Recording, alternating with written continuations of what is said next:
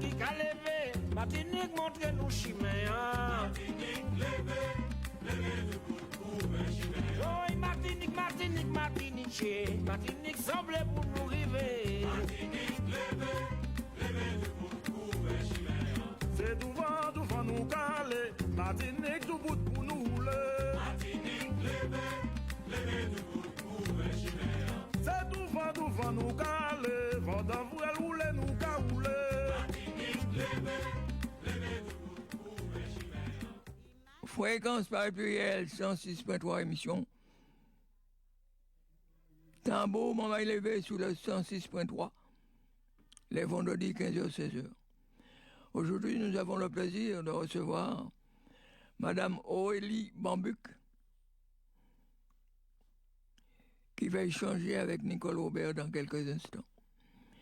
Alors, concernant la revue de presse, avant de commencer, Jean-Michel Palin, c'est eux qui m'étaient dit fait, yo ka kouya à mourir. Et le journal du Patriote, Fok balang nous, toute place li, en pays nous.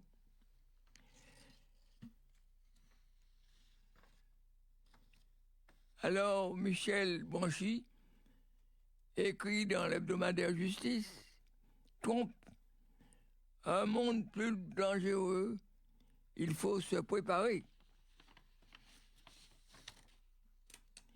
Robert Saillet, la vie chère, troisième volet. Jean Abosi, la Martinique est devenue indépendante. Erika Morjon, plus de 1000 plaignants concernant la vie chère. Pour la Guadeloupe, Paul Kelly Selbonne, pour une année en responsabilité, tiré de l'hebdomadaire L'Étincelle, Josse, le Mantoa, une réponse aux inégalités éducatives. Christian Céleste, instabilité, tiré de l'hebdomadaire L'Étincelle. Charlène Ravera, France Fanon mise en lumière. Mayotte, Paul Kelly Selbonne, écrit La honte de la France, troisième volet. Haïti, Victor Artin, la crise sous la tutelle des puissances mondiales.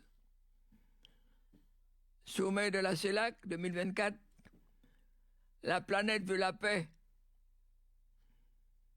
Lire et faire lire, Micheline Marlin-Gaudier retrace le siècle de vie du Martiniquais Lucien Zéclair aux éditions Idem.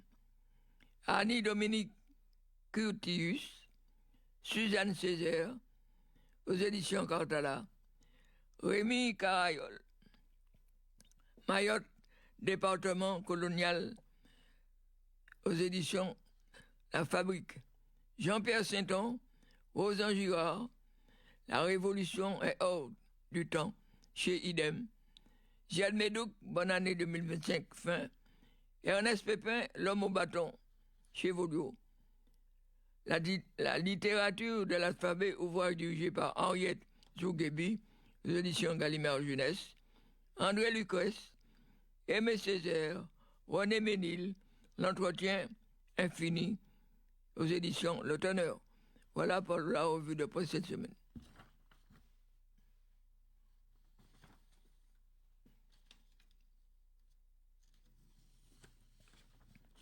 On enchaîne Trump vers un monde plus dangereux auquel il faut se préparer.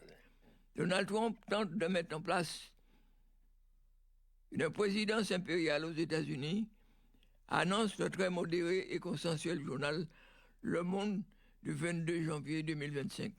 Il ajoute les premières décisions du nouveau président américain à son arrivée à la Maison-Blanche témoignent de la volonté de se soustraire au système de contrôle et de contre-pouvoir.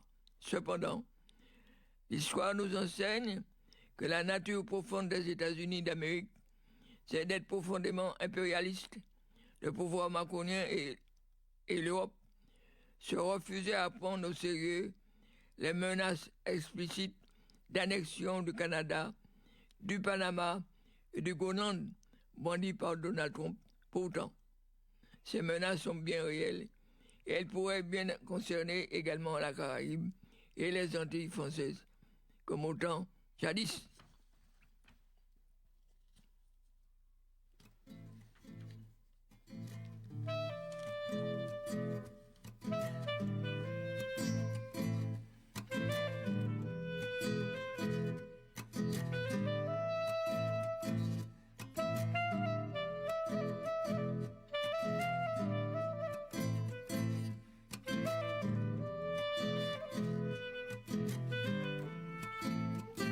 Maman,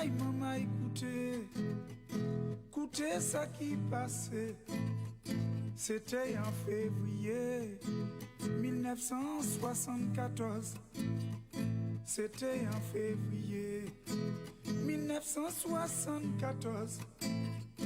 Adam Chanzanana, tout près comme une basse pointe, à Soubitation Chalvé, t'es bêché ni.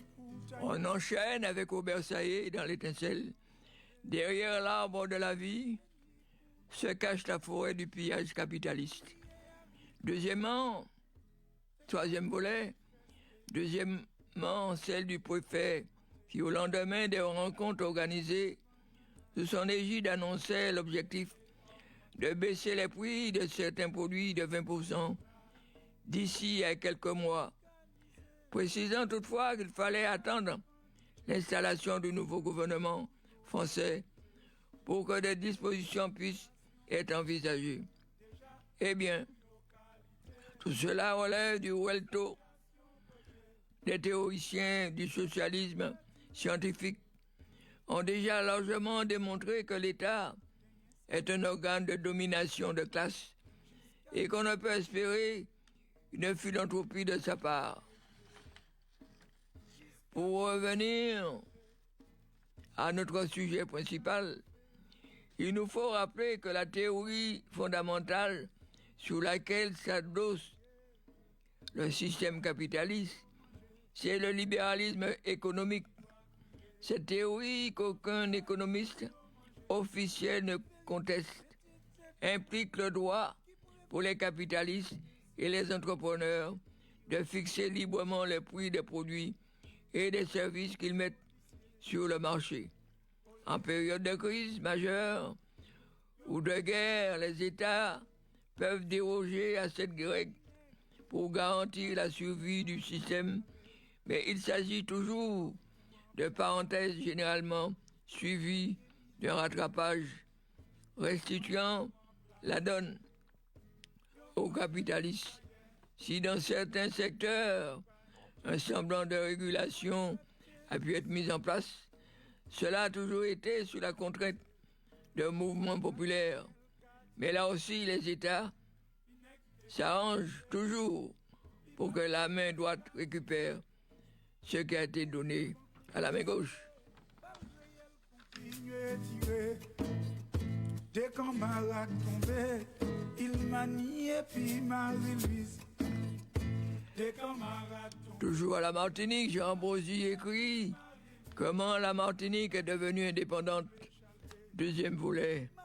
Notre monnaie martiniquaise permet d'acheter plus. Notre système de santé pour tous, basé sur une pharmacopée antillaise, n'a rien à envier à la médecine européenne. Nos médecins formés à l'occidental n'ont pas de mal à trouver un poste dans leur propre pays. Et les déserts médicaux n'existent point. De Grand-Rivière à Sainte-Anne, si les prix sont devenus plus bas que ceux qu'ils étaient jadis, c'est parce que les grandes enseignes des oligarques ne sont plus dans la place. Notre monnaie martiniquaise permet d'acheter plus, malgré la perte des 40% qui faisait dans les années 50 l'un des privilèges des fonctionnaires. La Martinique garde toujours son profil de pays développé, car les voitures neuves circulent de plus en plus, plébiscitant la marque automobile du pays, avec lequel l'ancien territoire français entretient des relations commerciales privilégiées. Le tourisme reste un élément de richesse locale qui privilégie la découverte de nos sites historiques et naturels, ainsi que le développement de notre artisanat local et notre folklore. Une étincelle avait suffi pour embrasser ce foyer. J'y sais depuis quelque temps. Le PRAC s'est montré plus entreprenant, allant même à braver l'autorité de l'État français en défiant le préfet. M. R a su soulever une foule de plusieurs milliers de personnes pour dénoncer cette injustice sociale qu'est la cherté de la vie en Martinique. Ainsi, la mayonnaise a pris. Les indépendantistes ont sauté sur l'occasion pour faire passer leur idée, surtout celle de gérer les affaires martiniquaises par les Martiniquais eux-mêmes.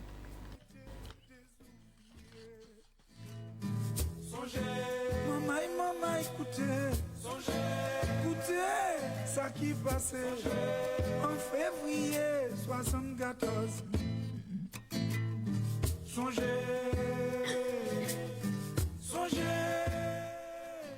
Toujours à la Martinique, Erika Maujon de Fonsanti écrit « Plainte collective contre la vie chère.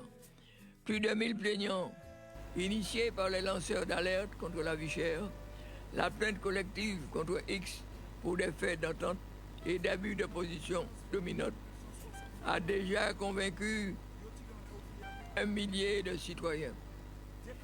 Débutée le 14 janvier dernier, la plainte collective contre la vie chère en Outre-mer continue de rallier de plus en plus de citoyens décidés à faire bouger les lignes. Aucun groupe n'est cité en particulier. Il s'agit d'une plainte contre X pour des faits d'entente et d'abus de position dominante. Une initiative lancée par les 4 mêmes lanceurs d'alerte qui ont engagé la procédure au tribunal de commerce pour la publication des comptes de GBH. Comme le montre l'article de Libération du 10 janvier 2025, il existe très clairement des malversations économiques en Martinique, des pratiques illégales et anticoncurrentionnelles de la part de certains groupes majeurs. Nous avons décidé, parce qu'il s'agit d'infractions, de déposer une plainte. N'importe quel citoyen qui est victime de la vie chère est en réalité victime de ces pratiques illégales, résume Maître Renaud Port-de-Joie. Et c'est l'objectif même de la démarche, mobiliser un maximum de personnes pour que les pouvoirs publics et l'institution judiciaire prennent la mesure de la volonté de changement des citoyens ultramarins. La plainte a été déposée entre les mains du procureur de la République et ceux qui veulent s'inscrire dans cette procédure inédite sont invités à le faire via un site internet contrelaviechère.fr. Ils doivent renseigner un formulaire pré-rempli à retourner soit par voie numérique, soit par voie postale, accompagné d'une pièce d'identité. C'est très simple et gratuit, insiste l'avocat.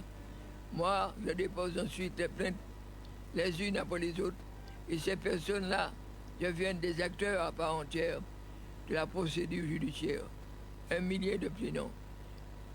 L'avocat, c'est Maître Renaud Portejoie qui porte le dossier de la plainte contre la vie chère.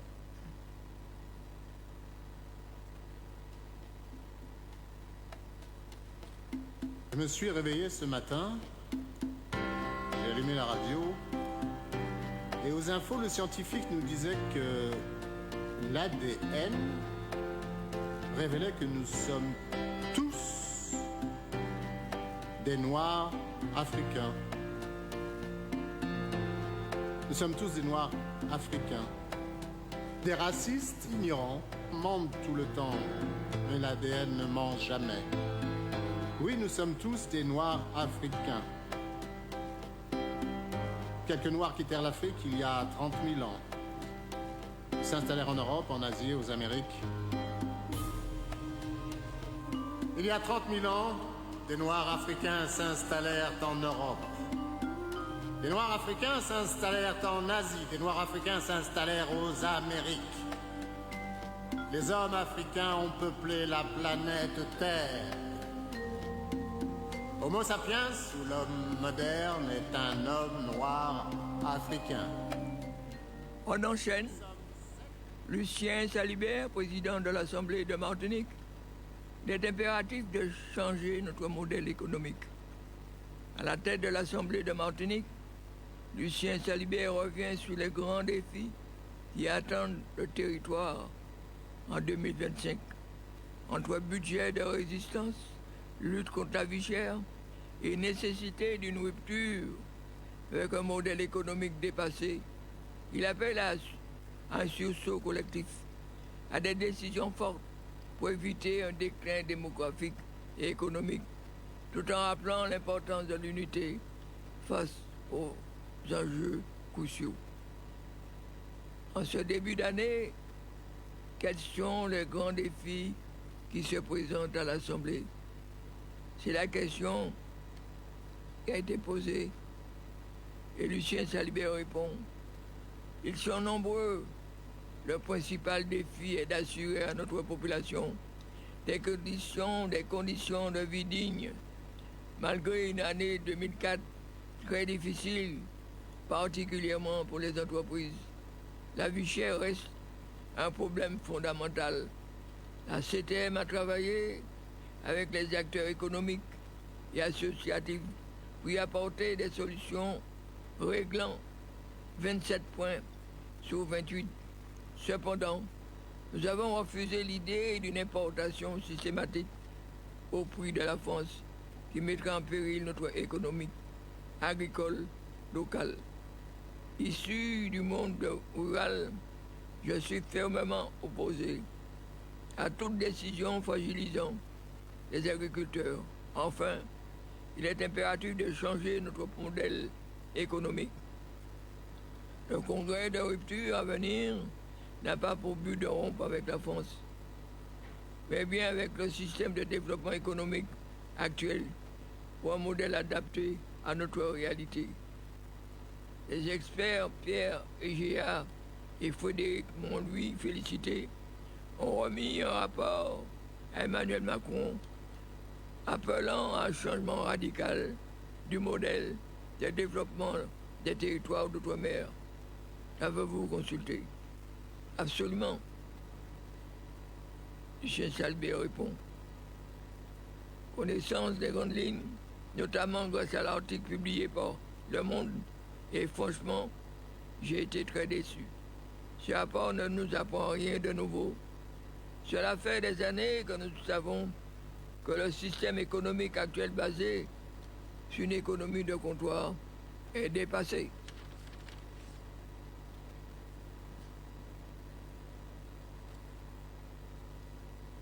Toujours à la Martinique, Yvon Sérénus, toujours en opposition. Yvon Sérénus, président du collectif des ouvriers agricoles empoisonnés par les pesticides, continue de camper sur sa position. Quant à la désignation par la préfecture en 2021 de l'association Phyto-Victimes pour léser les ouvriers dans le processus d'indemnisation. Selon le président du collectif, ces indemnisations forfaitaires concernant la Martinique restent en deçà des montants versés dans l'Hexagone. Il fait état d'ouvriers qui sont passés par Phyto-Victimes et touchent à peine 300 € par mois, une somme jugée dérisoire par rapport à l'affection de ces derniers. En mai dernier, la préfecture avait répondu à ces accusations expliquant qu'il était possible de constituer les dossiers de plusieurs façons. La victime peut le faire seule, se faire aider de la Caisse générale de sécurité sociale, d'un avocat ou de toute association ou collectif spécialisé dans le domaine. Il est à noter que l'indemnisation n'empêche pas de lancer une procédure judiciaire pour réparation. C'est ce que demande également le collectif. noire africaine.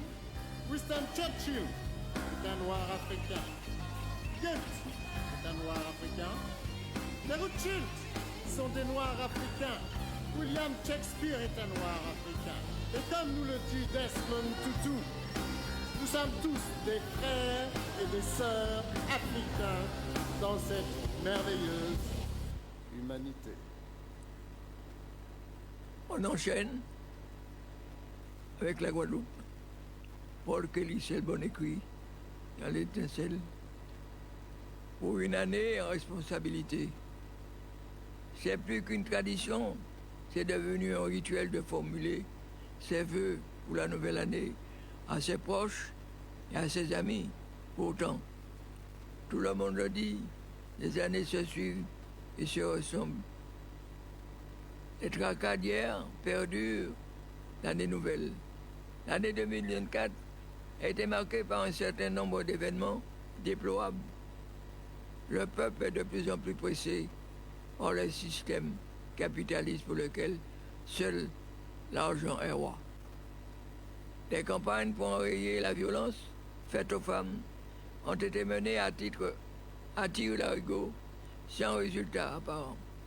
La mobilisation des planteurs de canne pour la valorisation du prix de la tonne de canne a marqué les esprits et a laissé un goût amer dans la gorge des Guadeloupéens.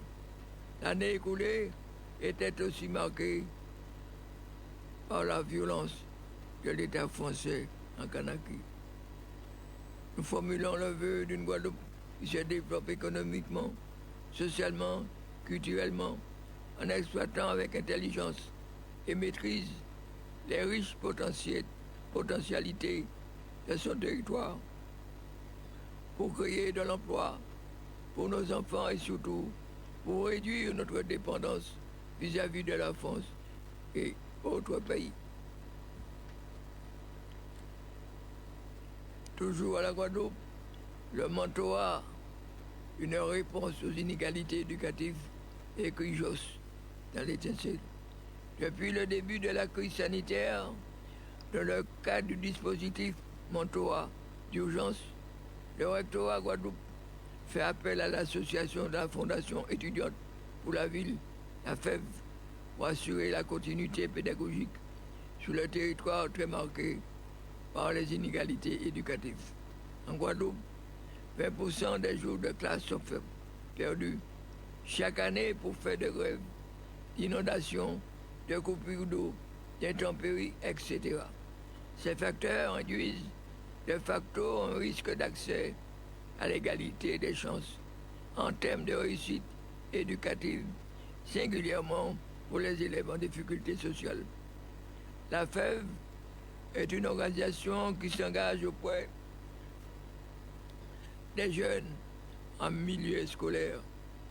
L'arrivée de la FEV en Guadeloupe vient répondre à un besoin d'accompagnement périscolaire en permettant notamment aux enfants les plus démunis de bénéficier du mentorat et aux parents de devenir de meilleurs superviseurs, de meilleurs alliés au niveau du suivi de la scolarité de leur enfant et donc de retrouver une place dans ce scriptique éducation nationale, élèves, famille. La FEV Guadeloupe complète l'enseignement public par 2 programmes éducatifs. Sa mission est de lutter contre les inégalités éducatives en promouvant des actions de solidarité entre étudiants et jeunes en situation de précarité et en difficulté de leur parcours éducatif. C'est une relation interprofessionnelle d'accompagnement et de soutien bénévole qui repose sur l'apprentissage mutuel.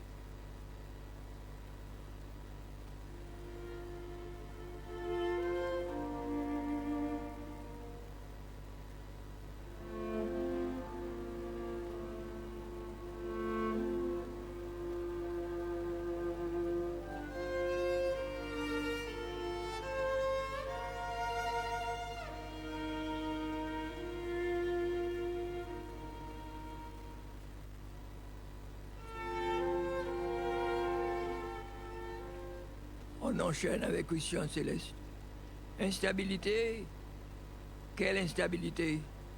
On est toujours à la Guadeloupe.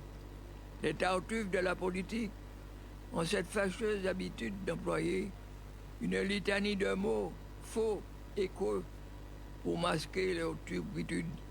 Hier, c'était l'expression des politiques publiques qu'il arrimait à toutes les sauces pour camoufler le fait qu'il ne s'intéressait pas aux besoins fondamentaux du peuple. Alors que les politiques publiques sont normalement et depuis toujours la modalité d'action de la puissance publique. Aujourd'hui, il évoque avec un art dramatique consommé le mot instabilité pour tenter de tordre le bras aux partis politiques de la gauche dans le but de les contraindre à accepter la forfaiture du président Emmanuel Macron. Mais de quelle instabilité il parle? La France, depuis la Ve République, connaît un système économique, social, politique, institutionnel, gouvernemental, plus ou moins stable, malgré les tensions normales dans toutes les sociétés humaines et politiques. Le système a toujours fonctionné. Il n'y a aujourd'hui aucun mouvement subversif en action pour le renverser.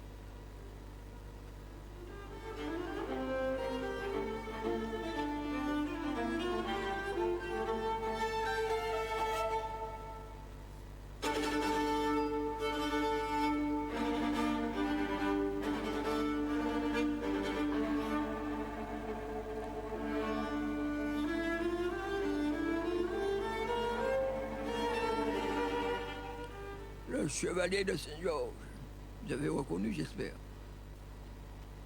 François Fanon, mise en lumière. Ah, excuse-moi. Ah, Christophe Richard. Charlène Ravera dans l'étincelle écrit François Fanon, mise en lumière sur grand écran par Jean-Claude Barny. Le réalisateur guadeloupéen Jean-Claude Barny a présenté son prochain film, Fanon, qui sortira au cinéma en avril prochain. Lors d'un festival sur le continent africain, et les applaudissements n'ont pas manqué, il met en exergue avec réalisme et esthétisme la vie de ce psychiatre martiniquais François Fanon, penseur, essayiste, présent lors de la colonisation algérienne dans les années 50. Charlène Ravera pose la question. Vous avez présenté Fanon en avant-première à Marrakech, puis à Dakar, avant sa sortie en France et dans les Antilles. Pourquoi ce choix? Alors, Jean-Claude Barny répond, je vis en Côte d'Ivoire, à Abidjan, depuis 2019. La culture y est affichée et j'aime l'esprit mégalopole et la vision futuriste qui s'en dégage. J'ai l'impression que l'Afrique, le prolongement de la vie aux Antilles, dans les années 70, avant cette rupture en 2000, nous avons quelque peu perdu le fil de notre destin. Je voulais également prendre la température de l'accueil de Fanon auprès d'un peuple qui connaît son histoire mieux que quiconque. Fanon s'est engagé auprès de la résistance nationaliste en Algérie et demanderait à y être inhumé, décédé en 61. C'est un symbole fort de son attachement à ce pays qui a lutté contre une colonisation forte et meurtrière. Et Fanon a eu un rôle proéminent. Il a analysé les conséquences psychologiques de celle-ci à la fois sous le colon et sur le colonisé. Et j'ai toujours été fasciné par son parcours de vie, à tel point que je savais qu'un jour je ferais un film en son honneur. Mais je voulais le faire bien, dans de bonnes conditions financières et collaboratives. Le moment était venu, j'ai été ému des retours du public qui m'a chaleureusement remercié pour les émotions dégagées dans le film. C'est un long métrage clivant avec un point de vue politique et je suis conscient que je vais devoir me battre pour l'exposer en France. Mais j'assume ce choix d'engagement. J'espère que les gens comprendront mon ambition. D'eau, cabale silencieuse, je respire au rythme de l'absence. L'air me manque, l'utérus miaule, un blues de cendre. Midnight dreams, folie visqueuse entre tes lèvres. Nigré d'eau. Souffle sur mon âme, embue mes neurones avec tes songes d'opium en cinémascope. Fumée épaisse, langue de brume entre les cils de l'obscurité. À la cime des grands silences, là où ma chair se repose d'avoir trop respiré. Le soufre et l'amiante, je m'allonge, je m'étire, je gratte la terre. J'enterre les signes de mon passé, les stigmates, les fossiles des golems terrassés, des géants fracassés de ma mémoire. J'avale encore une larme de nuit. J'apprête mon âme à un baptême sauvage, une communion barbare au milieu des ruines. Autour de moi, le feu s'accouple aux collines.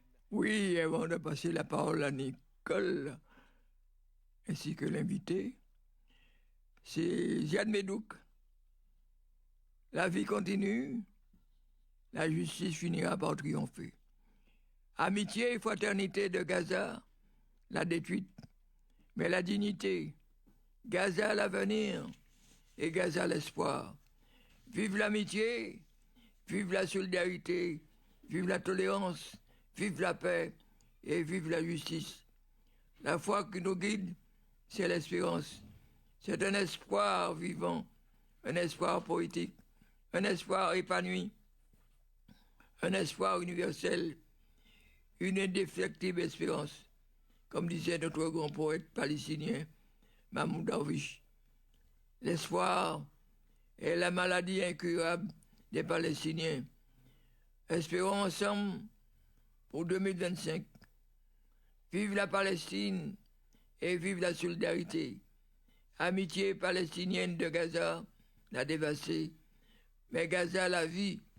Ziad Medouk. Bien voilà, je vais passer la parole à Nicole qui va entretenir, échanger avec Madame Bombuc. Eh qui est bien, la bienvenue. Merci Georges et bonjour Georges. Bonjour Théo à la technique et Mathias qui est un peu loin, qui est à Reims. On le remercie pour la communication qu'il fait donc sur la radio. Vous écoutez l'émission Tamboum en maille levée qui a lieu donc tous les vendredis de 15h à 16h, mais jusqu'à 16h30 avec un invité. Et aujourd'hui, nous sommes ravis donc de recevoir Aurélie Bambuc. Aurélie Bambuc, héritière donc de deux grands champions olympiques, mais également, et on peut dire bravo pour votre parcours que nous allons découvrir. Vous êtes journaliste, écrivaine et réalisatrice. Donc nous sommes ravis de vous accueillir à la radio aujourd'hui, ce vendredi 14 février. C'est la fête des amoureux. Eh bien, donc nous vous avons invité pour échanger autour de vos deux ouvrages. Mes parents, ce couple de champions, aux éditions Caraïbes Éditions, et Pacotille, une bande dessinée,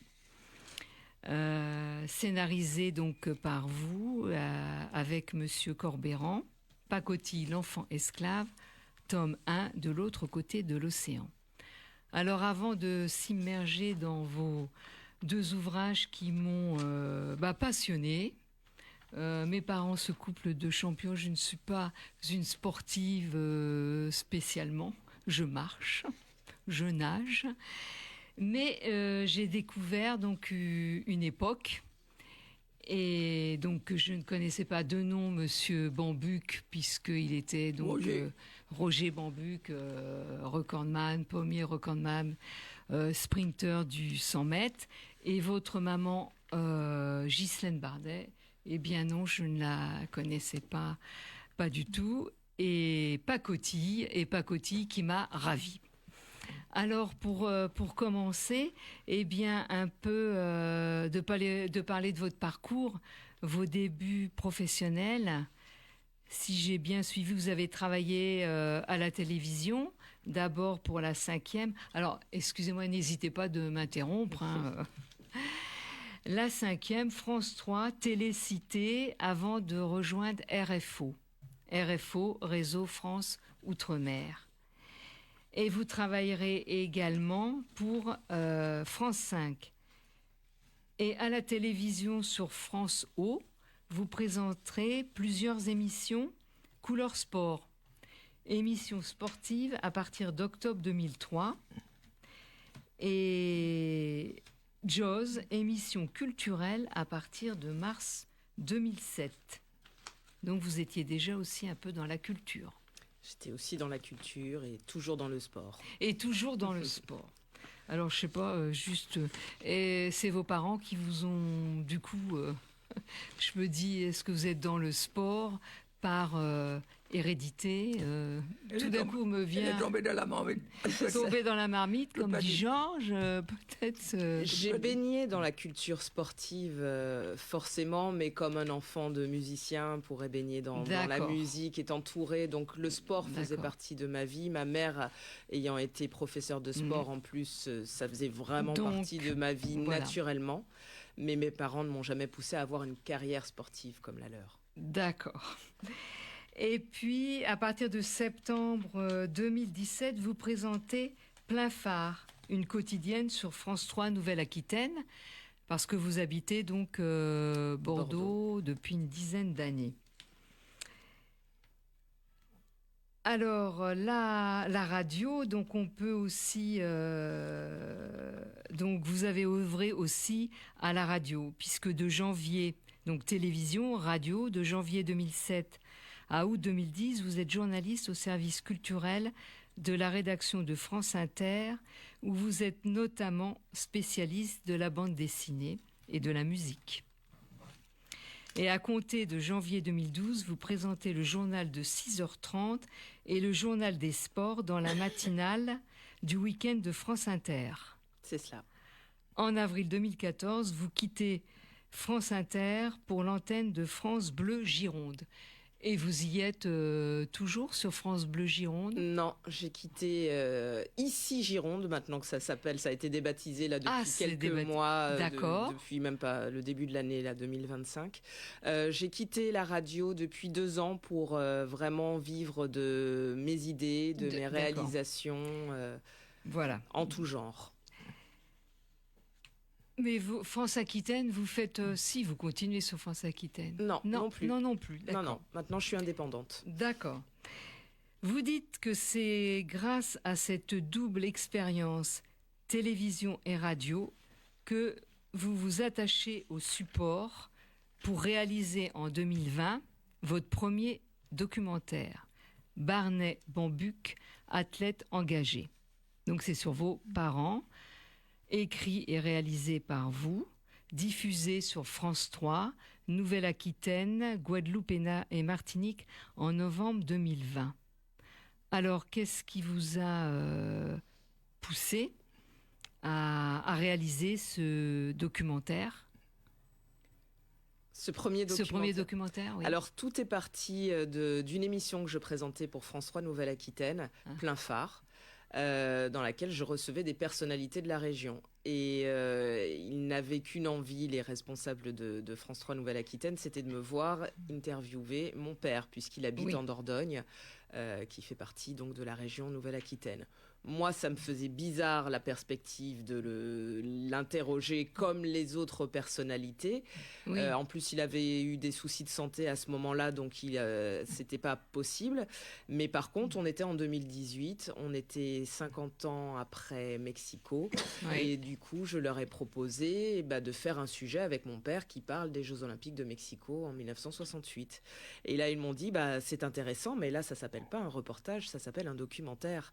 Et il faut plus que quelques semaines pour le réaliser, mais par contre, on va t'aider, t'accompagner, te présenter une société de production. Donc, c'est un peu comme ça que je suis rentrée dans le documentaire, sans le décider, mais en rencontrant du coup une société de production et en travaillant avec eux et en travaillant à raconter. Donc, au départ, je m'étais dit, je vais raconter l'histoire de mon père. Et puis finalement, tout ce que je connais de l'histoire de mon père, c'est ma mère qui me l'a raconté. Et de me rendre compte que effectivement, c'est elle qui détient la mémoire, on va dire, qui raconte un peu, mais elle a sa propre histoire. Elle aussi, ma mère a été championne de France de saut en hauteur. À la même période que mon père.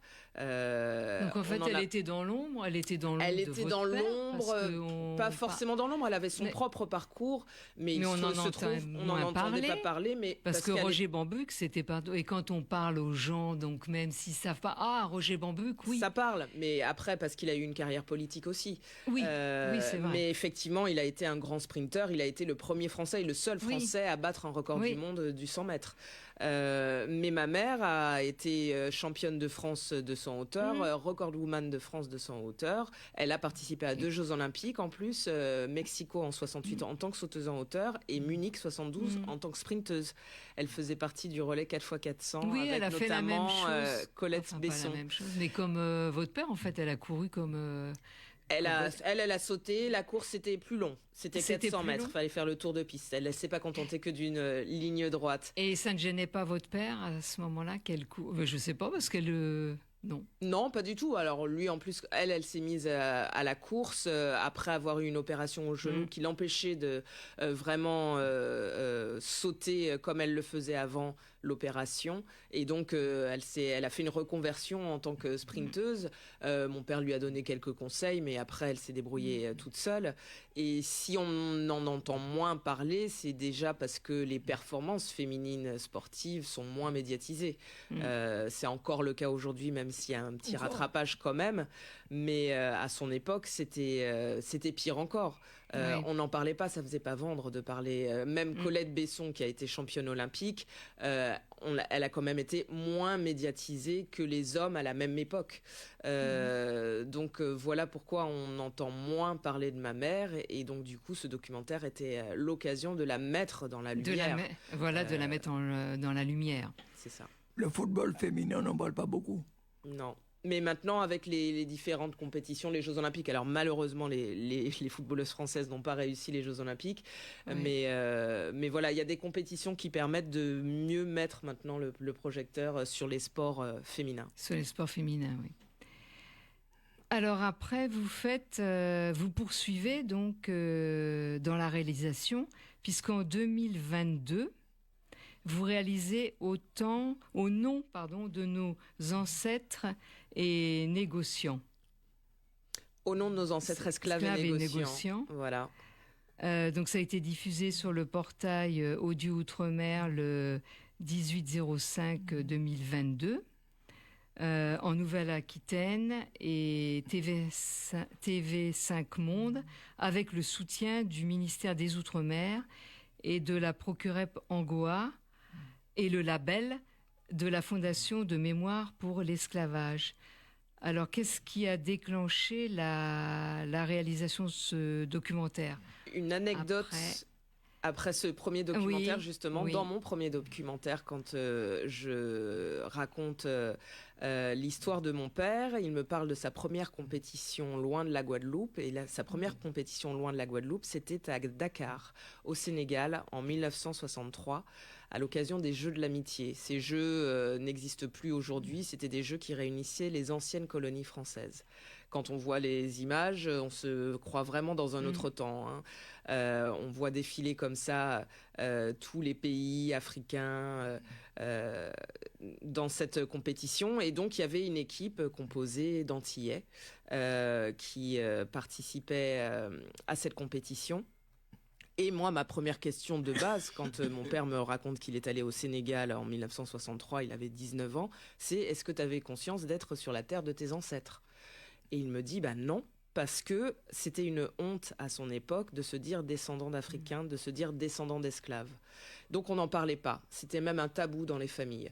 Donc quand il est allé là-bas, c'était avec la conscience d'être loin de sa Guadeloupe natale, donc enchanté, émerveillé par tout ce qu'il vivait, mais pas avec la conscience d'un Antillais qui retrouvait quelque part ses racines dans ce pays-là. Il a vu qu'il y avait une communauté antillaise, parce que 1963, c'est Senghor qui est à la tête du Sénégal. Des fonctionnaires. Les fonctionnaires, absolument. Senghor a mis d'Aimé Césaire, donc il y avait une communauté antillaise qui commençait un petit peu à se développer au Sénégal. Mais voilà, il n'y avait pas la conscience d'un retour aux sources. Et moi, je me suis posé un instant à me dire, mais je ressens pas du tout cette honte. D'ailleurs, je suis plutôt en quête de réponses sur d'où nous venons, qu'ont vécu nos ancêtres. Et donc, c'est ce qui m'a donné envie de faire mon arbre généalogique, de faire une quête généalogique. Habitant Bordeaux, forcément, cette histoire d'esclavage a des résonances particulières dans cette ville qui s'est enrichie grâce à l'exploitation des hommes au temps de l'esclavage colonial. Et j'avais pas envie de raconter uniquement mon histoire, de donner qu'une seule vision des choses.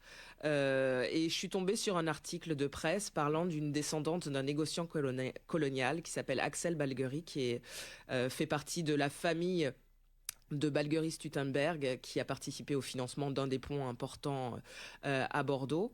Et elle parlait de son envie de connaître, elle, son histoire, parce qu'elle se faisait attaquer par beaucoup d'associations antiracistes surtout, qui lui demandaient réparation pour ce que son ancêtre avait fait. Et elle ne connaissait pas du tout son histoire, mais se faisant attaquer, elle était plutôt sur la défensive, mais avait envie de quand même connaître son histoire. Et donc du coup, moi je l'ai approchée en lui disant, bah voilà, on est mères de famille toutes les deux, on a une mémoire à transmettre. La tienne, bah, tu te fais attaquer. Moi, je te propose que on se mette ensemble en quête de ce qu'ont fait nos ancêtres et qu'on aille à la rencontre d'historiens qui nous expliquent vraiment le contexte, ce qui s'est passé. Et elle a mis du temps à se décider parce qu'elle était encore sur la défensive, pas évident, justement. Puis c'était pas sur le même registre parce que là, c'était du côté colonial, là. C'est ça. Et vous, esclaves, Et plutôt moi, victime. Et moi, Voilà. victime, mais en même temps, Enfin, j'ai découvert des subtilités quand j'ai fait mon arbre généalogique. Mais comme beaucoup d'Antillais, j'ai aussi des propriétaires dans mon arbre généalogique. Et j'en ai un qui est venu de Bordeaux. Et moi, je me suis installée à Bordeaux au début sans connaître la ville et sans savoir que j'avais quand même un lien avec cette ville. Et donc, l'idée, c'était de partager, de savoir exactement ce qu'avaient fait nos ancêtres, de comprendre et de décrire des choses un peu plus en nuances, pas simplement de nous opposer pas être noir négatif, blanc, pas être voilà, dans c'est pas une l'opposition, question d'être dans l'explication, dans la compréhension et dans la transmission de tout ce qu'on a appris. Et donc voilà, au bout de quelques mois, elle a accepté parce que déjà la forme documentaire, elle avait déjà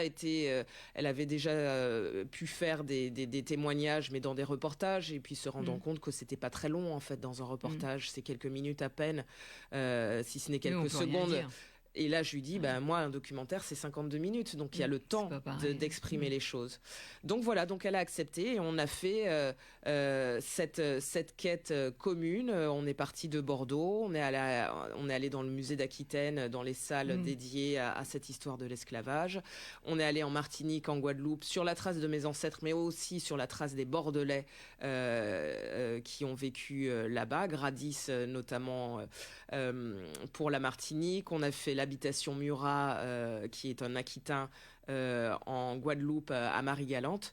Et donc voilà, donc ça nous a fait évoluer toutes les deux. Pour le coup, moi, j'ai découvert plus de choses sur mes ancêtres, quel que soit le côté de la branche, que ce soit côté esclave ou côté propriétaire. Parce que vous avez retrouvé donc des propriétaires donc dans mon arbre généalogique. Et du côté d'Axel, ça a été de découvrir qui étaient exactement ses ancêtres, parce que on traitait sa famille de négrier, mais elle n'avait pas toutes les subtilités, elle savait pas. Et puis elle s'en défendait en disant, mais moi, mon ancêtre direct, c'est le grand frère de Balguerie-Stuttenberg. Lui, il était dans le commerce, donc il a rien à voir avec l'esclavage. En plus, il y a un quartier à Bordeaux qui porte son nom. Il y a une rue, cours, le cours Balguerie-Stuttenberg. Oui. Donc souvent, il y a eu des collages marqués négriers, etc. Mais elle ne savait pas ce qu'avait fait son ancêtre. Et son ancêtre a voulu faire la traite négrière, mais à un moment où ça avait été interdit.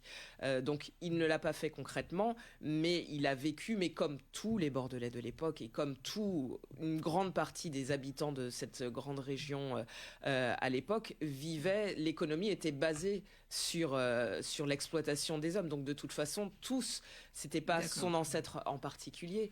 Oui. Et elle venait d'une famille où ça faisait partie du système. Le père de son ancêtre avait une plantation à Saint-Domingue. Oui, d'accord. Donc elle cherchait à s'éloigner de l'esclavage et finalement, mes recherches généalogiques l'ont mise en plein dans l'esclavage. Mais finalement, de toute façon, elle n'a rien à se reprocher, elle est responsable de rien. Mais c'était le système. La rencontre avec les historiens nous a permis de comprendre que c'était le système de l'époque. Donc aujourd'hui, l'esclavage, c'est un crime contre l'humanité. À l'époque, ça n'était pas considéré comme ça. À l'époque, c'était pour s'enrichir. À l'époque, c'était le capitalisme. Il fallait se faire de l'argent et peu importe les conditions. Et à partir du moment où on dit qu'un noir c'est un bien meuble, on se pose pas la question de on a exploité quelqu'un. C'était le système de l'époque. Donc c'est ça que ça nous a permis de comprendre, d'aller à la rencontre de tous ces gens, c'est que c'était une époque, un système qui aujourd'hui c'est un crime contre l'humanité, il faut le dire. Mais il faut expliquer les choses, quoi. Et ça sert à rien d'être virulent pour expliquer les choses. On peut expliquer les choses dans la bienveillance, dans l'apaisement. Oui, c'est ça. Parce que donc dans votre généalogie, donc il y avait donc des Noirs, donc qui étaient aussi propriétaires, donc d'esclaves. Voilà. Donc, et ça aussi, ça a été. Parce qu'on n'en parle pas. On n'en parle pas tellement. Ça, je ne m'imaginais pas quand j'ai remonté l'arbre du côté de ma mère. C'est du côté de ma mère qui a eu le plus de mélange. Du côté de mon père, j'ai vraiment trouvé que des esclaves, pas de propriétaires. Du côté de ma mère, il y avait des propriétaires. J'en trouve un qui en plus porte un nom, il s'appelait Bricefer. En plus, le nom, oui, effectivement. Et en fait, je vois que il est propriétaire. Donc moi, basiquement, je pensais qu'il était blanc. Et quand je retrouve des actes de naissance, etc., et ben je vois qu'il vient de Sainte-Lucie et qu'en fait, c'était un affranchi. Donc c'était un noir, un libre de couleur. Un libre de couleur, comme vous et en parlez. Libre de couleur, donc c'est un autre statut dans la hiérarchie esclavagiste de l'époque. Il est libre. Donc il a le droit d'avoir une propriété et donc il dit quand on a une propriété on a des esclaves. Ah ouais, parce que ça je le savais pas du tout. Et moi j'étais là donc on peut être noir, libre, propriétaire et avoir des esclaves. Donc ça change aussi les choses. On peut pas dire blanc noir, on peut pas dire. C'est pas un monde binaire, oui. C'est pas un monde binaire. Il y a des nuances là-dedans. Donc il faut comprendre que on est le fruit de tout ça. Voilà. On est le fruit de tout ça. Donc je vais pas laver une partie de mon sang parce que j'ai des propriétaires qui ont sans doute pas vécu une belle histoire d'amour avec mes ancêtres. Mais de l'autre côté, ça fait partie de moi aussi. Donc il faut comprendre aussi qu'on est le fruit de tout ça. Et il faut l'accepter. Et il faut l'accepter, oui. C'est ça. C'est ça qui est le plus difficile. Et donc voilà, et quand on est allé en Martinique avec Axel, c'était le moment où justement on commençait, on était dans l'après George Floyd, Black Lives Matter. Ils avaient déboulonné la statue de Joséphine sur la savane à Fort-de-France, celle de Belin-des-Nambucks également. Donc on est arrivé dans ce contexte-là, à se dire mince, alors il y a une violence, il y a une colère, mais je comprends tout à fait cette colère c'est toujours les mêmes symboles qui sont sur la place publique, c'est toujours les mêmes personnes qu'on représente, c'est toujours le même côté qu'on représente. Donc il faudrait équilibrer les choses. Par contre, détruire, c'est une manière d'exprimer qu'on n'est pas d'accord. Oui, mais je trouve que c'est pas parce qu'on n'a pas la mémoire. Voilà. C'est effacé, faut pas effacer. On n'écrit pas l'histoire avec une gomme. Et à Bordeaux, justement, il y a tout un mouvement qui se développe plutôt que d'enlever les noms des plaques, des négriers, les garder, mais expliquer. Voilà. Après, il y a tout un processus sur l'explication. Faut pas qu'elle soit toute petite, etc. Oui. Mais expliquer les choses, en fait. Faut expliquer. Ça sert à rien d'effacer.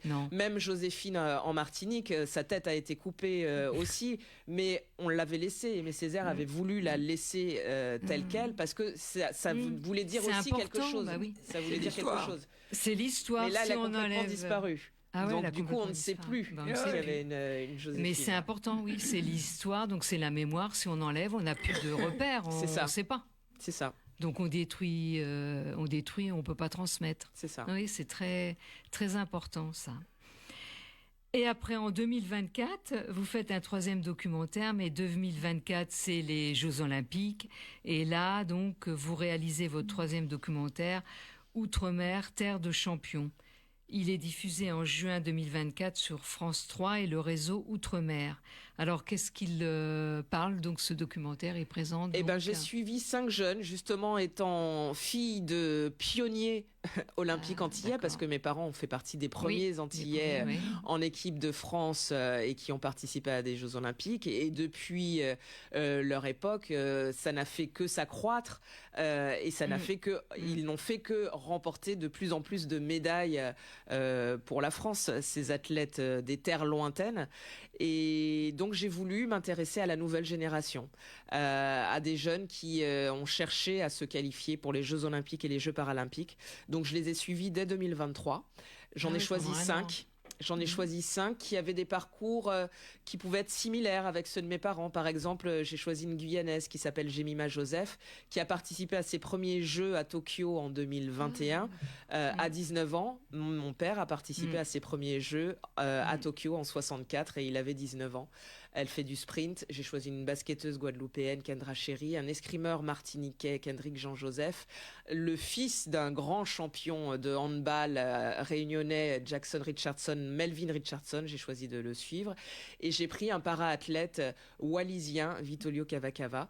Et donc, je les ai suivis tous les 5 pendant un an dans leur quête de qualification pour les Jeux Olympiques. Mais en fond, c'était de comprendre un petit peu la génération d'aujourd'hui, comment ça se passe pour les athlètes qui viennent des Outre-mer. Est-ce qu'ils s'entraînent tous dans l'Hexagone? Est-ce qu'ils restent dans leur territoire? Jemima Joseph, elle tient à rester s'entraîner en Guyane. Elle a toute sa vie en Guyane et elle vient en Europe à chaque fois pour faire ses compétitions, mais elle s'entraîne là-bas. Et c'est ce qui change par rapport à l'époque de mes parents, parce qu'eux, ils se posaient même pas la question de est-ce qu'on reste, est-ce qu'on part. Ils sont venus à 18 ans, mais la question ne se posait même pas de rester. Il fallait partir. Il fallait partir parce que la concurrence se réduit au bout d'un moment. Quand le niveau augmente, la concurrence se réduit forcément. Parce que pour réussir et pour avoir de meilleures infrastructures, parce que forcément, dans les années 70, il n'y avait pas les stades qu'il y a aujourd'hui. Il n'y avait pas le Krebs. Le Krebs en Guadeloupe a ouvert en 1965. Ma mère a fait partie de la première promo. Mais voilà, ils ont dû partir à un moment. La question ne se posait pas. Alors que les athlètes de la génération d'aujourd'hui et ceux que j'ai suivis, ils réfléchissent avant de partir. Ils pèsent le pour le contre. Ils se disent voilà, qu'est-ce qui s'offre à moi? Jemima, elle avait la structure, elle avait le stade haut niveau, les entraîneurs haut niveau parce qu'elle est entraînée par une ancienne sprinteuse de haut niveau qui s'appelle Katia Bent. Et donc voilà, elle a choisi de rester. Kendrick, lui, il aurait pu aller au Krebs en Guadeloupe. Mais il s'est dit, le niveau est encore plus haut dans l'Hexagone. Il est allé à Reims, il est plus ambitieux, même s'il ne connaissait pas et qu'il s'est pris une grosse fraîcheur pour aller jusqu'à Reims. Mais voilà, pour lui, ça faisait partie de ses objectifs pour atteindre le haut niveau. Et aujourd'hui, il est allé à C'est-à-dire qu'eux, ils ont eu le choix, alors que vos parents, c'était pas pareil. Exactement. Il n'y avait pas le choix parce qu'il n'y avait pas les structures. Et puis le regard des autres aussi. Eux, forcément, débarquent dans l'Hexagone. Ils font partie de la minorité des Antillais, donc on les regarde de travers. Ils portent le maillot de l'équipe de France, mais on remet en cause leur appartenance à la France. Ma mère... les croche-pieds. On lui demandait, mais vous êtes française? Je porte le maillot de l'équipe de France, pourquoi je ne serais pas française? Alors que les jeunes d'aujourd'hui n'ont pas ces problèmes-là. En tout cas, les 5 que j'ai suivis n'ont jamais connu des problèmes de racisme. Il n'y a comme pas de racisme. Mes parents. Cru que dans le sport, ils ont pu avoir des petits, sur les réseaux sociaux, via les réseaux sociaux, des petites remarques comme ça. C'est Jemima qui me le confiait, mais surtout quand elle était à Tokyo d'ailleurs. Quand elle a participé aux Jeux Olympiques de Tokyo, elle a eu des petites remarques, mais c'était une ou deux parmi un ensemble de remarques. C'était rien par rapport à ce qu'ont vécu mes parents. Mais donc voilà, donc il y a des évolutions comme ça. Le choc reste le même quand on quitte son territoire et qu'on arrive dans l'Hexagone. Oui, on grelotte. C'est la température déjà. Oui, départ, ça le reste ciel, compliqué. Mais la communauté est tellement plus importante qu'à l'époque de mes parents où ils étaient 2-3 que voilà, il y a une solidarité. Il y a une solidarité ultramarine qui se met en place et qui fait que les choses se passent bien, et que tous ils sont dans la transmission, parce que il n'y a pas que le côté on quitte notre territoire et puis voilà, on fait notre vie de sportif de haut niveau. Il y a une envie que derrière eux il y ait une génération aussi d'Antillais, de sportifs d'outre-mer qui arrivent aussi à s'en sortir. Kendrick par exemple, il organise des stages en Martinique d'escrime pour donner envie aux plus jeunes de faire comme lui, pour montrer le haut niveau, à quoi ça sert. Oui, ça s'arrête pas là. Ils ont un côté exemplarité. La basketteuse Kendra Chéri, pareil, elle fait des stages en Guadeloupe. Donc il y a une envie de développer leur territoire aussi. C'est bien. Pour que ça se perpétue. Donc j'ai vraiment bien apprécié de travailler avec eux et de les suivre et de voir que voilà, il y avait leur culture, un côté transmission, alors qu'ils sont tous jeunes, hein. Ils ont 20 ans, ils ont entre 20 et 25 ans. Félicitations. Ils sont déjà dans la transmission. Ils sont dans la transmission. Et je me posais une question. Vous parlez créole ? Alors, je vais réussir à dépasser mon blocage. J'ai tenté de parler créole à un moment, entre ma grand-mère qui m'a dit « C'est quoi cet accent petit nègre ?» et mes cousins qui m'ont dit « Pourquoi tu roules les R ?» Ça m'a quelque peu bloqué, mais je le comprends tout à fait, puisque comme toute bonne famille antillaise, mes parents m'engueulaient en créole. Donc... Il parlait créole. Oui, il parle en créole toujours. En rentrant de l'école, quand vous étiez petite, ça parle créole. C'était accepté. La cassette dans la voiture, c'est Cassav, c'est Zouk Machine. Donc, c'est Gertrude Sénin aussi. Donc voilà, j'ai une bonne culture créole, mais c'est vrai que je n'ai pas osé reparler créole depuis les remarques pas très encourageantes de ma famille. Mais c'était pas interdit, non, c'était l'époque de mes parents, où c'était c'était l'époque de vos parents. C'était l'époque de mes parents. D'accord, donc ils vous ont transmis. Non, ils ont transmis, et au contraire, oui. Ça a évolué aujourd'hui. Oui, vivant dans l'Hexagone, c'était important pour eux qu'il y ait quand même ce lien avec les Antilles. Ils n'ont pas été, ils ont été déracinés, donc ils l'ont bien vécu quand même, en partant comme ça. Oui, parce que même ce côté déracinement, eux, c'est pas un qualificatif qu'ils emploient. Ils avaient pas, c'était une continuité naturelle que de venir dans l'Hexagone. Alors après, ma mère aurait voulu venir retravailler après en Martinique. Malheureusement, ça n'a pas pu se faire parce qu'à son époque, on était amateur pour être sportif de haut niveau. Il fallait avoir le statut d'amateur.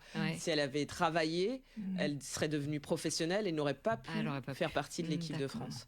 Donc, elle n'a pas pu revenir aux Antilles. Et puis, au bout d'un moment, quand on est parti très longtemps, on voit que les choses changent. Puis le travail retient aussi. Hein. Le travail retient, mais quand on revient, parce que ma mère était fonctionnaire, donc elle avait droit au congé bonifié tous les 3 ans. On rentrait aux Antilles.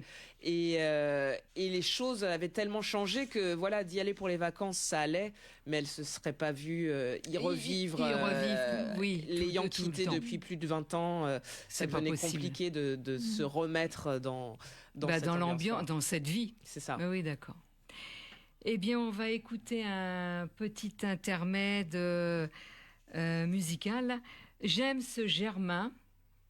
Parce que c'est l'une des plus grandes voix d'Haïti, qui a chanté avec les meilleurs artistes de son pays et ailleurs, et il se décrit comme un ambassadeur des rythmes sacrés des afro-descendants.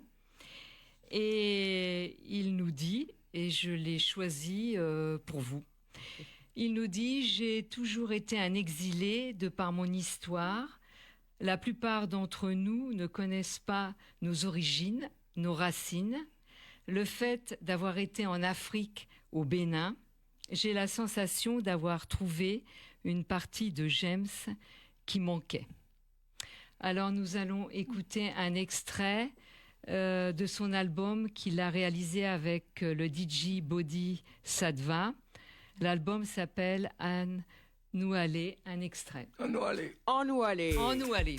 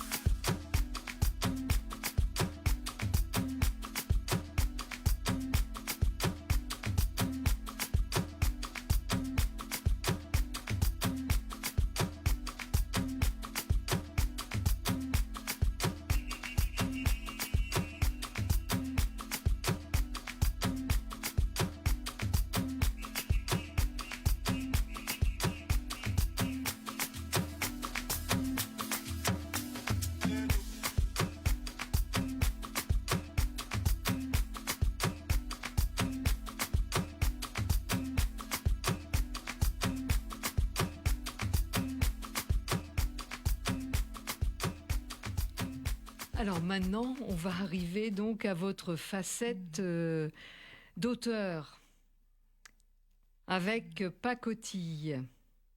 Vous publiez Pacotille, l'enfant esclave, donc tome 1, de l'autre côté de l'océan, scénarisé donc par vous et par Monsieur Corbeyran, et les dessins de Monsieur Berlion, donc aux éditions Jungle. Donc c'est paru en septembre 2022. Alors, Pacotille, c'est l'histoire donc d'une petite fille. Enfin, c'est la grand-mère qui raconte à sa petite fille son passé. Comment elle a été arrachée, à son royaume Congo natal pour être déportée en Martinique et être exploitée dans une plantation. Et alors, vous expliquez toute l'histoire donc de l'esclavage et un dossier pédagogique donc à la fin qui est très très bien fait, et vous donnez le nom de avant qu'elle s'appelle Pacotille. Pacotille, ça veut dire un bien, un meuble, de moindre valeur, de moindre valeur, et vous lui donnez le nom d'une reine. Nzinga. Une reine qui a vraiment existé dans ce qui correspond à l'Angola actuel et qui a résisté aux colons portugais. Voilà, il y a eu une série de faits. Oui, vous expliquez vraiment très bien comment ça s'est passé et comment donc les gens qui vivaient là-bas, en fait au départ, ça marchait très bien entre les Portugais et les Indiens. Enfin, je veux dire les Caribéens, ceux qui étaient donc sur l'île. L'arrivée des colons, alors c'était pas les Portugais là, en Martinique, c'était les Français. Donc ça, les ça Portugais, fonctionnait. c'était pour la partie africaine. C'était pour la partie africaine, ouais. Oui. Donc ça fonctionnait très bien, mais après donc. Il y a eu la découverte des Amériques et la colonisation des Amériques qui a, en fait, les Européens, les Européens ont découvert des endroits où il y avait quand même des habitants déjà, donc faut remettre les choses à l'endroit et dire que les Caraïbes ont vu Colomb débarquer et les habitants du Royaume Congo ont vu les Portugais débarquer. Et ils se sont demandé qui c'étaient ces gens-là. Au début, donc oui, effectivement, de la colonisation Royaume Congo, il y avait des échanges puisqu'il y avait plusieurs royaumes, il y avait des échanges. Et quand il y a eu la colonisation des Amériques, il a fallu trouver de la main-d'œuvre.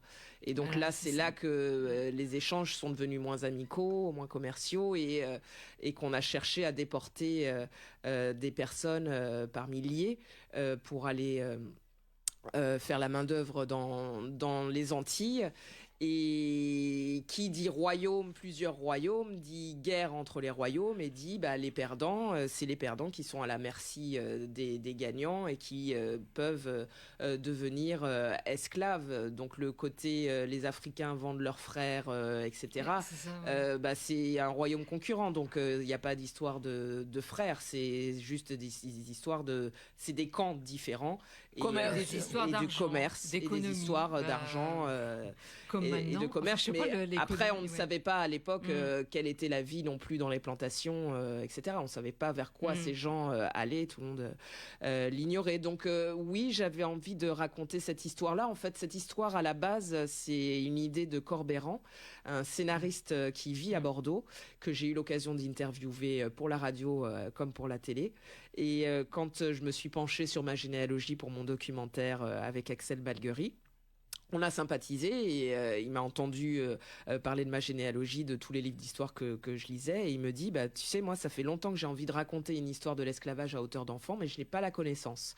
Toi tu sembles l'avoir avec tous les livres que tu lis, est-ce que ça t'intéresse qu'on travaille ensemble pour raconter? J'ai déjà mon histoire, je sais déjà que ça sera une petite fille l'héroïne, qu'elle s'appellera Pacotille, parce qu'il voulait jouer le contraste entre le côté bien de moindre valeur mais humaine à grand cœur, quoi.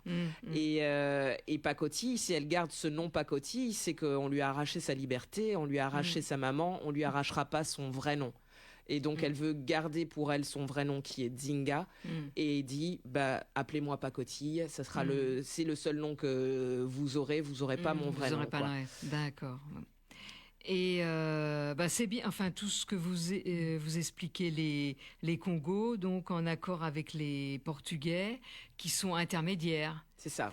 Vous expliquez aussi les corsaires français, le bateau qui qui quitte Séville le 23 juin 1635, les contremaîtres, comment ça se passe, Ouais.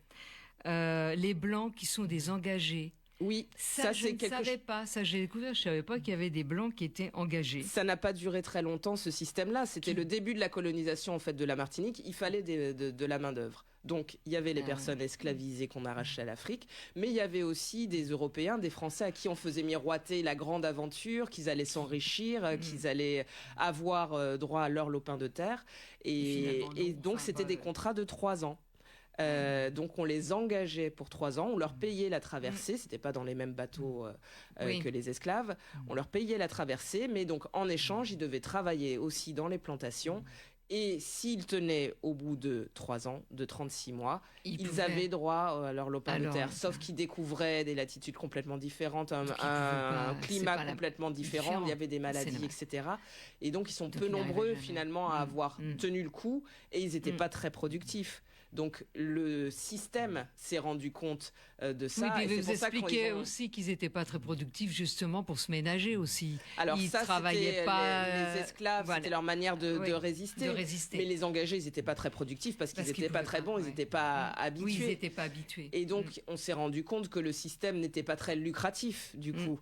Donc c'est pour ça qu'ils ont intensifié la traite négrière et qu'ils ont laissé tomber au fur et à mesure ce système d'engagés. Mais j'ai trouvé ça intéressant aussi de se dire, bon, finalement, ils travaillaient dans les mêmes champs que les esclaves. La seule différence, c'est qu'ils n'avaient pas de chaîne, mais ils travaillaient, ils avaient les mêmes tâches. Ils avaient les mêmes tâches, mais ils n'étaient pas esclaves. C'est ça. Ils n'étaient pas privés de liberté, mais ils avaient quand même un contrat qui les engageait et puis finalement, sur 3 ans. Ils subissaient les maladies, et puis il fallait s'acclimater, donc comme de vous me dites. dire qu'il y avait une population blanche Fallait européenne. payer le passage. Pardon ? Fallait payer le voyage. Fallait payer le voyage. Qu'il y avait une population blanche européenne qui avait aussi été exploitée finalement, parce qu'elle travaillait dans les mêmes champs, elle devait aussi produire. Mais ça, je le savais. Oui, ça je l'ai permet découvert aussi d'apporter des nuances, aussi de dire ah oui, mais donc le blanc méchant qui exploite, mais ça peut être aussi un blanc pas méchant qui travaille. Oui, qui travaille. Et donc voilà, j'avais envie d'apporter toutes ces nuances dans cette population. Donc c'est pour ça qu'on a placé le récit au début de la colonisation, puisque c'est au début de la colonisation et le système des engagés n'aura duré que quelques années. Par rapport aux 400 ans d'esclavage, du coup. Oui, par rapport, c'est peanuts. C'est ça. Bon. Mais c'était, je trouvais ça intéressant de se rendre compte de ça aussi. Que pour le capitalisme, au début, l'exploitation n'avait pas de couleur. Absolument. Oui. C'est ça. Mais après, on a intensifié. Pour avoir oui. encore plus d'argent, on a intensifié. Et là, ça s'est fait sur une couleur. Et vous l'avez fait pour la fondation ? Ça, alors j'ai fait en collaboration, en fait, on a le label de la Fondation pour la mémoire de l'esclavage, qui a lu le scénario, qui nous a soutenus, qui nous a alertés sur certaines choses. Par exemple, une petite anecdote, au début, les premières planches qu'on envoie à la Fondation pour la mémoire de l'esclavage, on montre les enfants esclaves avec des chaînes autour du cou. Parce que basiquement, on s'était dit que c'était comme les adultes. Ils n'avaient pas. En fait, ils n'ont jamais retrouvé des chaînes taille enfant. Et donc, la supposition des spécialistes, des historiens, c'est de se dire les enfants étaient tellement entourés de peur que ça suffisait à ne pas les faire fuir. Donc, ils n'étaient pas enchaînés comme les adultes. Et donc, du coup, on a effacé les chaînes parce que même si l'histoire, c'est une fiction, le personnage de Désigna n'existe pas, mais c'est quand même dans un décor historique véridique. Et donc, c'était important pour nous de quand même être le plus réaliste possible de ce point de vue-là sur les détails historiques. Donc, on a enlevé les chaînes des enfants pour être au plus juste historiquement. Il pourrait être, cette bande dessinée pourrait très bien être étudiée donc en primaire. Elle pourrait complètement, mais je fais des interventions scolaires. Vous faites des interventions, oui, je fais. Depuis la sortie de Pacotille, en fait, j'ai été sollicitée à ma grande surprise par pas mal d'établissements scolaires, mais des deux côtés de l'Atlantique. Pour le coup, j'en ai fait en Martinique, en Guadeloupe, en Guyane, tout comme à Bordeaux, à Tours, plusieurs communes comme ça m'ont sollicité. Pour faire devant les classes, parce que c'est un outil pédagogique en fait dont les enseignants n'ont pas. Il y a tout le dossier donc à la fin, c'est vraiment très très bien fait. Hein. Les enseignants n'ont pas d'outils un peu plus ludiques. C'est vous avez eu l'idée donc de faire ça. C'est une demande de l'éditeur, mais c'est une demande de l'éditeur, mais à laquelle pour le coup j'ai complètement adhéré. Et ma carrière de journaliste a fait que oui, effectivement, vulgariser un petit peu l'histoire et la c'est basique, c'est bien expliqué. C'est ça.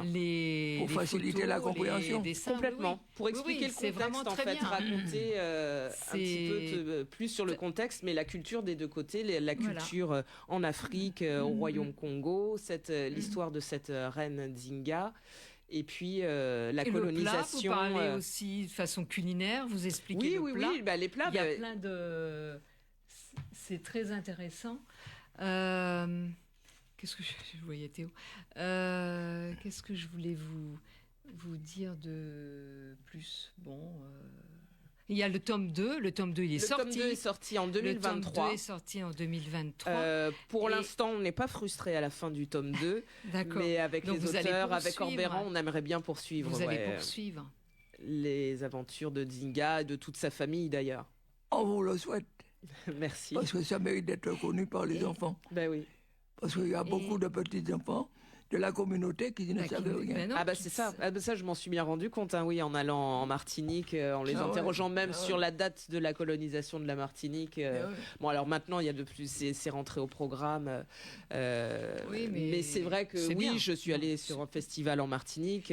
J'ai rencontré des parents qui étaient contents de pouvoir offrir ça à leurs enfants pour qui raconter leur histoire. Quoi. Voilà, c'est ça. Vous transmettez. Alors et maintenant, Aurélie Bambuc, mes parents, ce couple de champions. Alors, vous racontez la vie sportive donc de vos parents, mais en même temps la vie intime, et puis votre vie également d'enfant, donc avec vos parents, et que vous vous rendez compte que votre papa, il est recordman. Après, donc, sont suivis donc politiques aussi, où vous allez changer de votre maison, où vous allez aller donc, je sais plus dans quel appartement où il y a, je sais pas combien de pièces. L'appartement de fonction avec plein de pièces aux invalides. Après, c'est en même temps historique parce que vous parlez d'Aimé Césaire, politique aussi, quand les deux noirs, les deux champions américains ont levé le point, raconter ça, ils ont levé le point là. Tommy Smith et John Carlos médaillés sur le 200 mètres de Mexico, et ils étaient venus à Mexico avec la ferme envie de parler au monde des droits civiques des Noirs américains qui ne sont pas du tout respectés, qui sont complètement ignorés, et dire que les performances ne doivent pas effacer la valeur des hommes et ne doivent pas effacer leur lutte. Ils étaient en pleine lutte. C'était quelques mois après l'assassinat de Martin Luther King, Mexico. Les Noirs américains ont même envisagé à un moment de boycotter ces Jeux Olympiques-là, en disant vous êtes gentils de nous admirer pour nos performances, mais là on est en lutte pour autre chose qu'une médaille. Et finalement ils y sont allés, mais en se disant il faut qu'on fasse quelque chose, Et ce 200 mètres est arrivé, la finale est arrivée. Tommy Smith gagne la finale, John Carlos finit 3e, et sur le podium de la cérémonie de remise des médailles, ils décident de mettre ce gant. Donc ils avaient une paire, ils en prennent chacun un côté, Ils ont des chaussettes noires, ils portent leurs chaussures et dénoncent aux yeux du monde entier la condition des Noirs américains. Mais ça a été très mal vécu par les Américains qui ont vu ça comme un affront aux États-Unis. Le moment où le drapeau s'élève et qu'il y a l'hymne américain, eux, ils baissent la tête, ils lèvent le poing. Ils se sont fait exclure des Jeux Olympiques pour ce geste-là, parce que les Jeux Olympiques ne se considéraient pas comme une tribune politique. Ils se sont fait exclure de la Fédération américaine d'athlétisme. Ils n'ont pas pu fouler une piste après ce geste-là. Leur vie de sportif était terminée. Ils ont été bannis et ils n'ont été réhabilités qu'avec l'élection de Obama.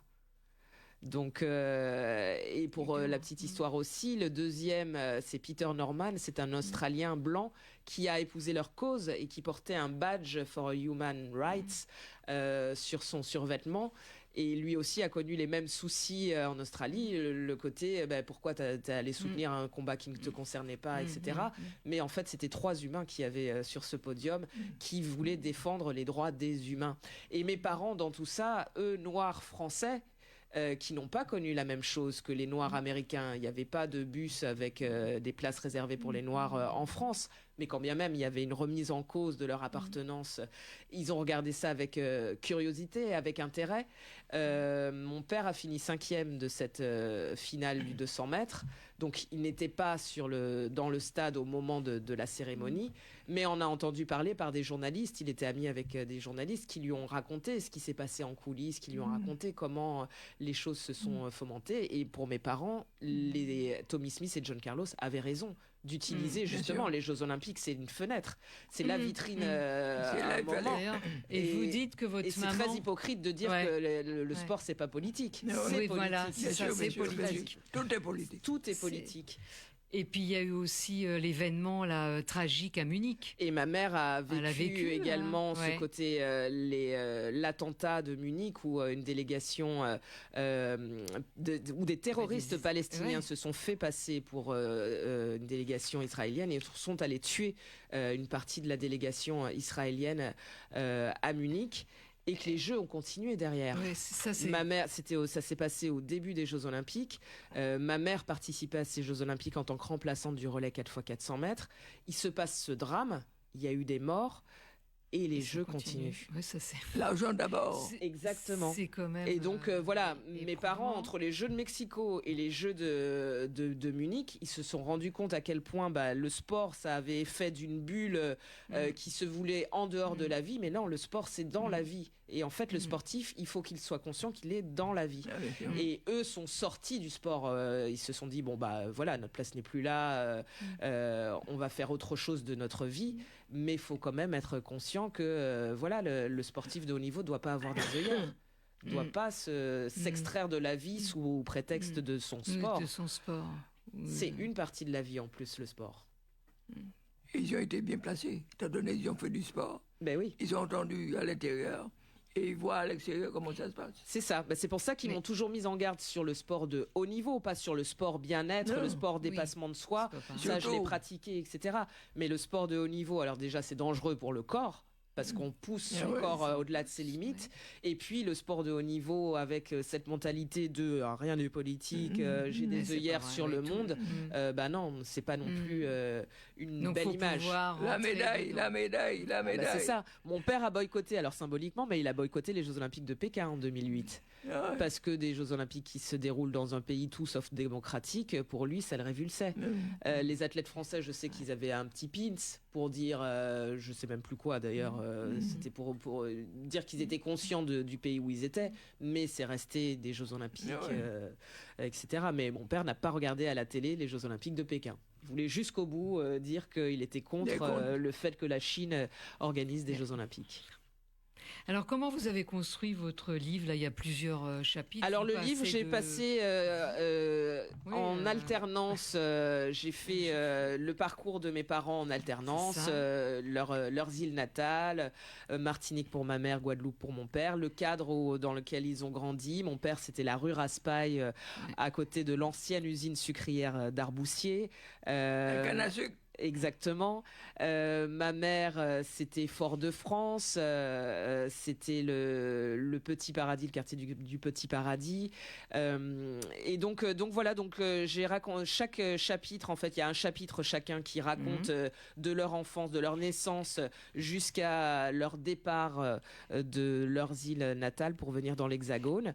Et après, je l'ai fait chronologiquement, tout simplement. Vous l'avez fait chronologiquement avec une préface. Une préface par Marie-Josée Pérec et une postface par Laura Flessel et un petit mot de Teddy Riner à la fin. Oui, j'étais contente que ces légendes d'aujourd'hui du sport français, du sport antillais acceptent de participer, et ils ont accepté tout de suite.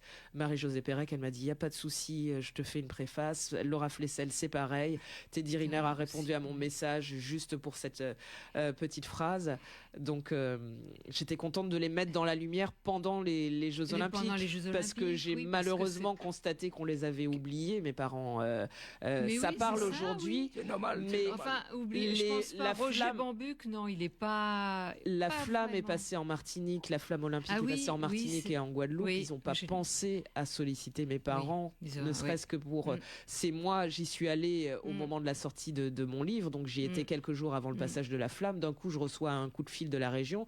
Mais est-ce que votre père pourrait pas venir? On était à 3 jours du passage. Je dis merci d'avoir pensé à lui, mais ça demande un petit peu plus d'organisation pour venir. Et vous l'avez sorti au moment des Jeux Olympiques, donc exprès, pour justement profiter du projecteur olympique pour les mettre sur les pionniers. Et me rendre compte que oui, ils étaient présents dans les mémoires, il n'y a pas de souci. J'ai fait des dédicaces, les gens, ça leur parle. Mais le fait de les faire venir aujourd'hui, c'était tout autre chose. Même en athlétisme, au moment des Jeux Olympiques, s'ils avaient voulu venir aux Jeux Olympiques de Paris, c'était pour aller voir les épreuves d'athlétisme, mais depuis un endroit à côté du Stade de France. Ils n'ont même pas eu d'invitation pour aller dans le stade. Donc, ça leur allait très bien. Ils sont très bien en Dordogne. Ils sont tranquilles et tout. Mais voilà, moi, je me suis dit, quand même, jusqu'au bout, on vous a oublié. On vous a oublié. Donc, voilà, c'était aussi pour ça le livre. Un oubli préparé. Un oubli réparé. Et aussi, en avant-propos, vous dites, quand on sait d'où on vient, on sait où on va. Mais c'est donc, les racines sont importantes. Et je me demandais, vous êtes allé en Afrique? Non, c'est ce qui me reste comme voyage. Ouais. Je ne suis jamais allée en Afrique avec mes parents, m'ont jamais emmené là-bas, et c'est ce que j'aimerais faire, aller du côté du Sénégal, parce que le nom Bambuc, ça par contre, c'est mon père qui m'a raconté ça, c'était le nom d'un royaume. Ça s'écrivait pas exactement pareil, avec un sécu. Et c'était le nom d'un royaume qui correspond à l'actuel Sénégal. Donc j'aimerais aller là-bas pour découvrir vraiment mes racines. D'accord. Et faire un livre. Et faire un livre, et pourquoi pas un documentaire. Ça sera l'actualité, votre prochaine actualité. C'est ça. Et du coup, là, les ancêtres, quand vous avez été en Guadeloupe, en Martinique, vous connaissez pas les noms de vos ancêtres? Si, je connais les noms de mes ancêtres. Oui, il y a Nelson Bambuc, c'est le premier ancêtre côté de mon père. Chlorinde Barnet côté de ma mère. Donc il manque l'Afrique. Il manque l'Afrique. On arrive au terme de l'émission. Oui. Je vous remercie beaucoup d'être venu. Ça nous a fait. Et puis c'est la Saint-Valentin. Je sais bien, c'est la fête des amoureux, mais vraiment. C'est la fête de l'amour, l'amour de l'humanité. Mais les amoureux pour 50 ans de mariage. À découvrir. Et 50 ans de mariage, donc, pour Roger Bambuc et Ghislaine Barnet, et vraiment un livre, pour tous, qu'on soit initié ou pas initié, on le lit d'une traite et on apprend plein de choses. 50 ans de mariage, bravo pour eux. Merci beaucoup. Alors juste soirée Bélé Arôme 2000, samedi 22 février à 19h avec Monsieur Félix Pastel et un court-métrage Bumidum de Monsieur Mondor, débat avec Guylaine Mondor et Véronique Larose. Des petites séquences de l'histoire par les membres de l'association et intervention d'Alex Ferdinand. Martinique, Martinique, Martinique, Martinique semble pour